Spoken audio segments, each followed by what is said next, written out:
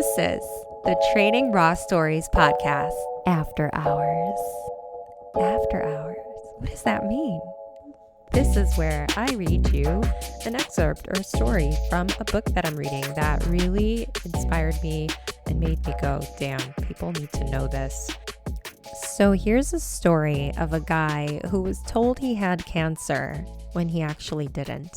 Pay attention to his thoughts and how his experience changed because of his thoughts. This is a really good one, and it's from Dr. Joe Dispenza's You Are the Placebo. Sam Laundy, a retired shoe salesman living outside of St. Louis in the early 1970s, began to have difficulty swallowing. He eventually went to see a doctor who discovered that Laundy had metastatic esophageal cancer. In those days, metastatic esophageal cancer was considered incurable. No one had ever survived it. It was a death sentence, and Laundy's doctor delivered the news in an appropriately somber tone. To give Laundy as much time as possible, the doctor recommended surgery to remove the cancerous tissue in the esophagus and in the stomach where the cancer had spread.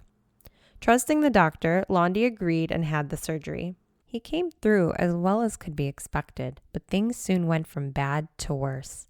A scan of Laundy's liver revealed still more bad news: extensive cancer throughout the liver's entire left lobe. The doctor told Laundy that sadly, at best, he had only months to live. So Laundy and his new wife, both in their 70s, arranged to move 300 miles to Nashville, where Laundy's wife had family. Soon after the move to Tennessee, Laundy was admitted to the hospital and assigned to internist Clifton Meter. The first time Dr. Meter walked into Laundy's room, he found a small, unshaven man curled up underneath a mound of covers, looking nearly dead. Laundy was gruff and uncommunicative, and the nurse explained that he'd been like that since his admission a few days before.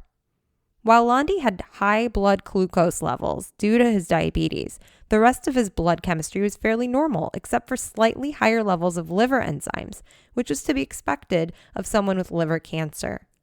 Further medical examination showed nothing more amiss, a blessing considering the patient's desperate condition. Under his new doctor's orders, Laundy begrudgingly received physical therapy, a fortified liquid diet, and lots of nursing care and attention. After a few days, he grew a little stronger and his grumpiness started to subside.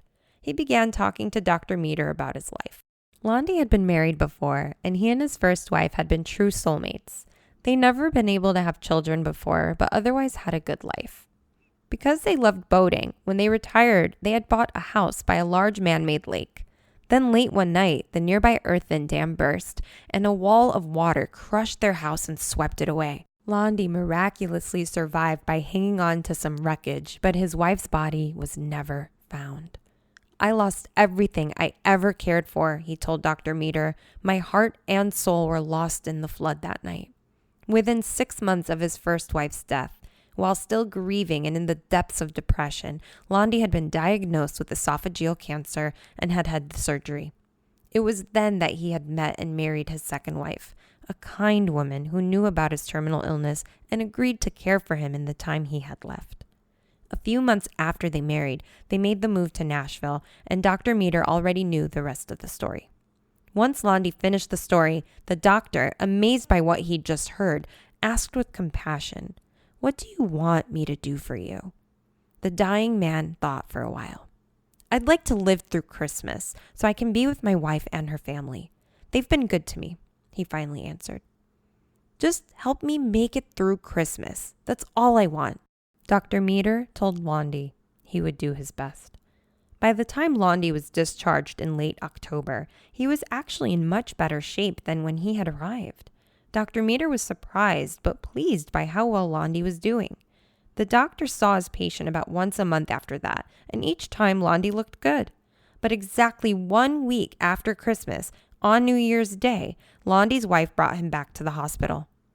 Dr. Meter was surprised to find that Laundy again looked near death. All he could find was a mild fever and a small patch of pneumonia on Laundy's chest x-ray, although the man didn't seem to be in any respiratory distress. All of Laundy's blood tests looked good, and the cultures the doctor ordered from him came back negative for any other disease. Dr. Meter prescribed antibiotics and put his patient on oxygen, hoping for the best, but within 24 hours, Sam Lundy was dead. As you might assume, this story is about a typical cancer diagnosis followed by an unfortunate death from a fatal disease, right? Not so fast. A funny thing happened when the hospital performed Lundy's autopsy. The man's liver was, in fact, not filled with cancer.